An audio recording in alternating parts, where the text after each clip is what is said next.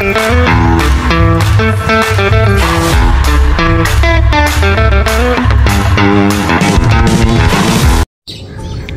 mga kapets, so yun, good day no, and karon di ay kay mag-update punta sa atong mga guinea pigs. So last 3 weeks or last month kay natay guinea pig usang nanganak si Daisy, kay nanganak siya isa ka po, and yung anak is brown. So ako na sila gibian dito sa itong ilang enclosure. So wait lang, paintaon na ako ito, maybe nasa sulod na. And ganina nanapod ko nakitaan, so mo na itong i-update kay si Gretel, ang unang anak ni Snow, kay nanganak na po. So yung anak guys kay black. Okay ba, di na siya naliwat no, pero black siya. It is wala ko yung black na male, wala ko yung black na female. So maybe ang nagkuha na niya katong gray, ano siya guys. Tadan, diba? Thumbnail pogi ka na guys. Napakabawas yung gender lang, langas. Kaya ito na camera lang. Hala ko, sorry, wala siya naon sa guys, nara siya din, sorry.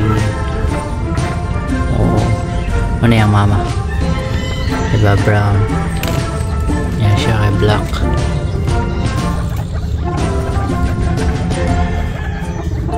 Pero yung mata is puwag yapon, so same ra nila Snow kanina dito sa ilaw. Sigara na to dito yung mga red eyes katong puti. Ito male to siya guys, itong nasa layo.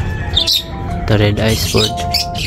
And dito po ito mga red eyes na sila, ano, pangitago na kaya red eyes kanipod. So maybe guys mo ni ang papa nakani siya red eyes, si Alvin.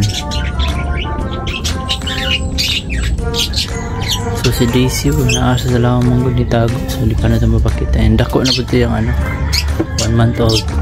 So sila yung update.